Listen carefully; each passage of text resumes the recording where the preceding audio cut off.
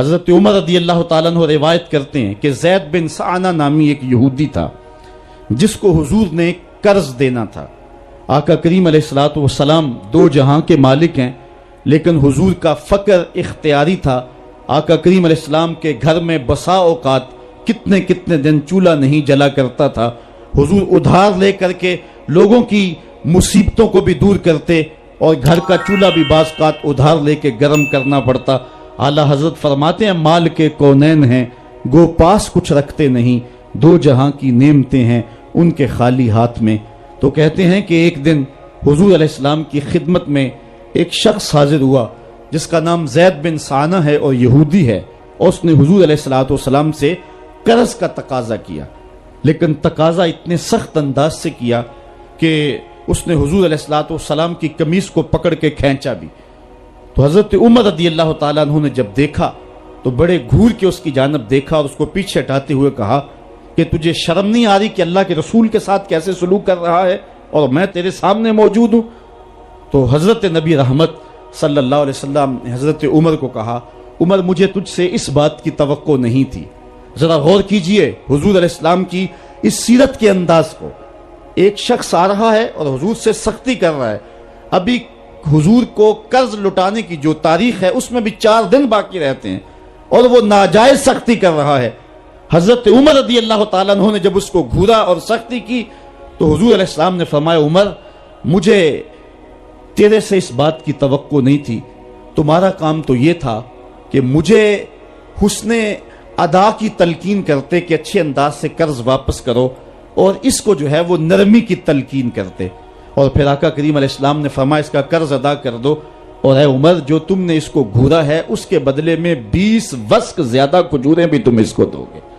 تو زید بن سعانہ نے جب حضور علیہ السلام کی اس سیرت اور اس کردار کو دیکھا، اور حضرت عمر رضی اللہ تعالیٰ عنہ 20 وسق اس کو کھجوریں دے رہے تھے، تو اس نے حضرت عمر کو بتایا کہ میں یہودی ہوں اور میں نے تورات کے اندر نبی آخر الزماں کی شان اور عظمتوں کے بیان کو پڑھا ہے، یہ بات ابھی رہ گئی تھی، باقی ساری نشانیاں میں نے حضور میں دیکھ لی تھی، اب یہ نشانی رہ گئی تھی، آج میں نے یہ بھی دیکھ لی۔ اور پھر وہ حضور کی خدمت میں حاضر ہو کر اسلام کے دائرے میں داخل ہو کر حضور کا عبدی غلام بن۔ حضرت معاذ بن جبل رضی اللہ تعالیٰ عنہ فرماتے ہیں کہ ایک دن حضور گلی سے گزر رہے تھے اور میں ایک جانور کی کھال اتار رہا تھا، اور مجھے کھال اتارنے کا طریقہ نہیں تھا، مجبوراً مجھے کھال اتارنا پڑی۔ تو حضور گزرے تو مجھے دیکھا کہ معاذ بن جبل کو کھال اتارنا نہیں آ رہی، تو حضور رک گئے اور آقا کریم نے فرمایا معاذ ٹھہرو ذرا میں تمہیں بتاتا ہوں کہ بکری کی کھال کیسے اتاری جاتی۔ اور آقا کریم آگے بڑھے اور حضور نے خود جو ہے وہ کھال اتاری، اور پھر مجھے فرمایا معاذ ایسے کھال اتارا کرتے ہیں۔ آج ہم اپنے بڑے پن کو اور اپنی عظمت کو اس انداز سے لوگوں کے سامنے رکھنا چاہتے ہیں کہ ہم جو ہے وہ ٹشو کا ایک ٹکڑا بھی نہیں پکڑ سکتے، اور وہ بھی پکڑانے کے لیے ہمارے پاس ایک خادم موجود ہوتا ہے۔ لیکن آقا کریم علیہ السلام کی زندگی اور حضور علیہ السلام کی سیرت کی سادگی کا حسن اور جمال یہ ہے کہ حضور اپنے کپڑوں کو خود مرمت کر لیتے ہیں اور اپنے دیگر کام خود کرتے ہیں اور بطیب خاطر کرتے ہیں، اور اس میں کوئی چیز اپنے لیے شرمندگی کی محسوس نہیں کرتے ہیں۔ حضرت حسن رضی اللہ تعالی عنہ حضور علیہ السلام کے نواسے بھی ہیں اور آقا کریم علیہ السلام کی صحابیت کا شرف بھی پایا ہے۔ کہتے ہیں کہ کانا یجلس علی الارض، حضور علیہ السلام کی سیرت یہ ہے کہ حضور زمین پہ بیٹھ جاتے تھے، زمین پر بیٹھنے میں حضور شرمندگی محسوس نہیں کیا کرتے تھے، اس کو اپنے سٹیٹس کے خلاف نہیں سمجھا کرتے تھے، زمین کے اوپر حضور بیٹھ جایا کرتے تھے، اور فرماتے ہیں وَيَطْعَمُ، اور زمین کے اوپر بیٹھ کر کے حضور علیہ السلام کھانا تناول فرمایا کرتے تھے۔ حضور کی عادت یہ تھی کہ آقا کریم جب بھی کھانا کھاتے تو حضور جھک کر کے کھانا کھاتے۔ فرماتے ہیں کہ میرے پاس ایک فرشتہ آیا جو کعبۃ اللہ کے صحن میں کھڑا تھا، اور اس کی کمر کعبۃ اللہ کی چھت کے برابر تھی، اتنا اس کا قد تھا، اور اس نے مجھے کہا کہ آپ اگر چاہیں تو آپ کو نبی اور بادشاہ بنا دیتے ہیں، اور آپ اگر چاہیں تو آپ کو عبد اور نبی بناتے ہیں۔ تو فرماتے ہیں کہ میں نے جبریل کو دیکھا، اور جبریل مجھے اشارے سے تواضع کا حکم دے رہے ہیں، تو میں نے عرض کی کہ میں نبی اور عبد بننا چاہتا ہوں۔ تو جب یہ بات حضور نے کہی تو فرمایا عائشہ اگر میں نبی اور بادشاہ بنتا تو یہ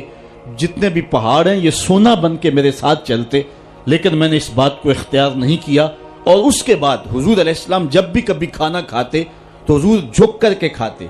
جس طرح مالک کی دہلیز سے خیرات ملتی ہے اور کوئی خادم اس کو جو ہے وہ شکرانے کے طور پہ جو ہے وہ انتہائی عزت کے ساتھ کھاتا ہے، ساری زندگی حضور نے کھاتے اور پیتے ہوئے تکیہ نہیں لگایا،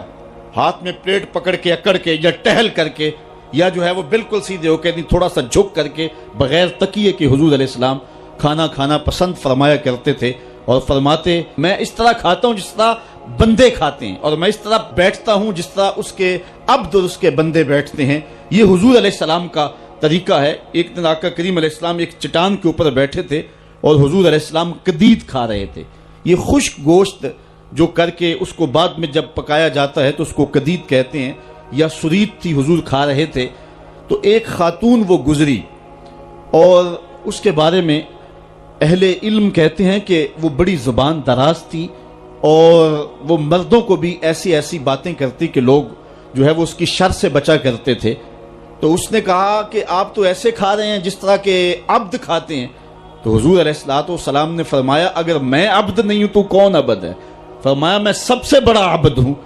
تو جب یہ بات سنی تو اس کے قدم رک گئے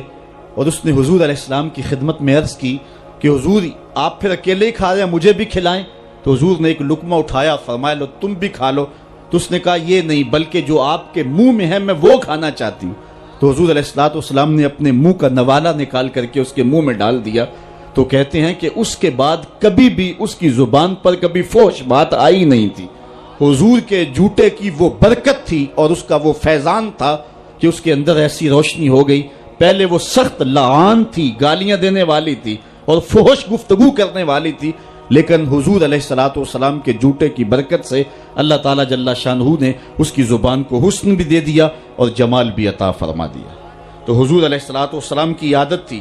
کہ آقا کریم زمین پہ بیٹھ کے کھاتے، جھک کے کھاتے، فرماتے میں ایسے کھاتا ہوں جس طرح عبد کھاتے ہیں۔ وَيَلْبَسُ الْغَلِيظ، اور آقا کریم علیہ السلام موٹے کپڑے پہنتے تھے، باریک ترین کپڑے پہننے سے حضور نے گریز کیا ہے۔ اور یہ وَيُطِيلُ الصَّلَاةَ، اور حضور کی نماز لمبی ہوا کرتی تھی۔ وَيُقَصِّرُ الْخُطْبَةَ، اور خطبہ حضور مختصر فرمایا کرتے تھے۔ وَلَا يَعْنِفُ أَن يَمْشِيَ مَعَ الْأَرْمَلَةِ وَالْمِسْكِينِ فَيَقْضِي لَهُ الْحَاجَةَ، اور حضور علیہ السلام اس بات میں کوئی شرمندگی محسوس نہیں کیا کرتے تھے کسی مسکین، کسی لاچار، کسی بیوہ، کسی یتیم اور کسی مسکین کے ساتھ چلیں اور اس کے کام آئیں اور مصیبت میں اس کا دکھ بانٹ دیں اور اس کی حاجت کو حضور پورا فرما دیں۔ یہ حضور علیہ السلام کی سیرت کے وہ روشن پہلو ہیں کہ آقا کریم علیہ السلام کی سیرت زمانے کے سامنے ایسا نور بانٹتی ہے، ایسے اجالے پھیلاتی ہے۔ ایک شخص نے حضور علیہ السلام سے وعدہ کیا کہ آپ یہاں رکیں اور میں ابھی آتا ہوں، تو آقا کریم علیہ السلام اس کے انتظار میں وہاں رکے۔ 3 دن گزر گئے اور وہ نہ آیا، چونکہ حضور وعدہ کر چکے تھے کہ میں تیرے آنے تک یہاں رہوں گا۔ تیسرے دن اس کو جا کے یاد آیا تو وہ واپس پلٹا، تو آقا کریم نے جواب میں صرف اتنی بات کہی، آپ نے فرمایا یا فتح قد شککت علیہ، اے نوجوان تو نے تو مجھ کو مشقت میں ڈال دیا۔